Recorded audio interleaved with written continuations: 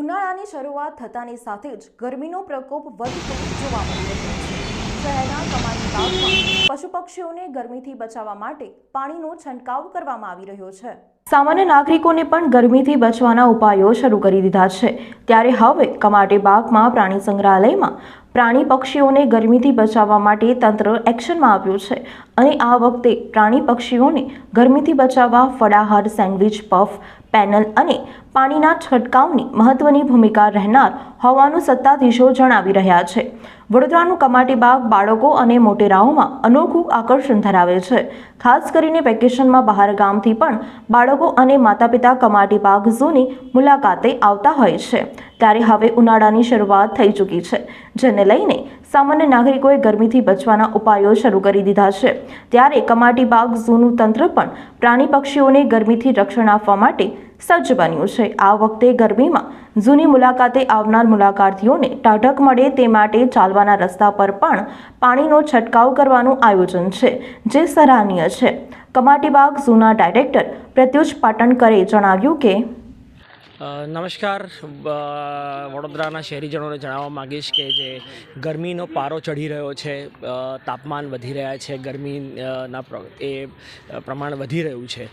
આ પરિસ્થિતિને ધ્યાનમાં રાખીને વડોદરાનું આપણું જે વહાલું શ્રી સયાજીબાગ પ્રાણી સંગ્રહાલય છે, એ વડોદરા પ્રાણી સંગ્રહાલય ખાતે પણ પ્રાણીઓ, પક્ષીઓને અને તમામ પ્રાણીઓને ગરમીથી બચાવ થવા માટેની તમામ વ્યવસ્થાઓ હાથ પર લેવામાં આવેલી છે અને જે અંગેની કામગીરી સંપૂર્ણપણે ચાલુ કરી દેવામાં આવેલી છે। એમાં સૌ પ્રથમ ફક્ત પ્રાણી પક્ષીઓ જ નહીં પરંતુ ઝૂ જોવા આવતા સહેલાણીઓને પણ ઠંડક મળી રહે તે માટે કરીને પબ્લિક પાથવે અને વિઝિટર પાથવે બધા તમામ પર પાણીનો છંટકાવ દિવસમાં હાલ મિનિમમ 2 વાર કરવામાં આવે છે। ભવિષ્યમાં જો પાણી ગરમી વધશે તો આ છંટકાવને 3 થી 4 વખત નિયમિત અંતરાલે કરવામાં આવશે।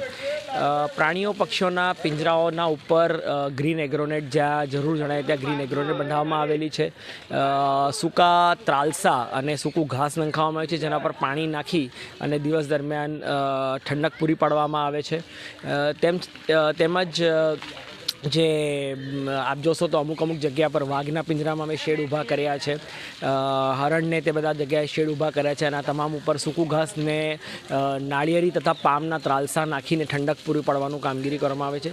આ ઉપરાંત અમે ખાસ ધ્યાન રાખીએ છીએ પ્રાણી પક્ષીઓના ખોરાકમાં કે ઉનાળો આવવાની સાથે જે સિઝનલ ફ્રૂટ્સ છે એ એમને ખાસ આપવામાં આવે છે, જેથી કરીને એમને કોઈ પ્રકારનું ડિહાઇડ્રેશન ન થાય। જેમાં ખાસ તરબૂચ, શકરટેટી, હજી કેરી શરૂ થશે, સિઝન હજી થોડાક દિવસની વાર છે, એટલે આવા સિઝનલ ફ્રૂટ કાકડી, તરબૂચ, શકરટેટી આવા ફળફળાદીઓનો ખોરાકમાં ખાસ ઉપયોગ લેવામાં આવે છે, જેથી કરીને પ્રાણીઓને અને એને કોઈ પ્રકારે ડિહાઇડ્રેશન ન આવે।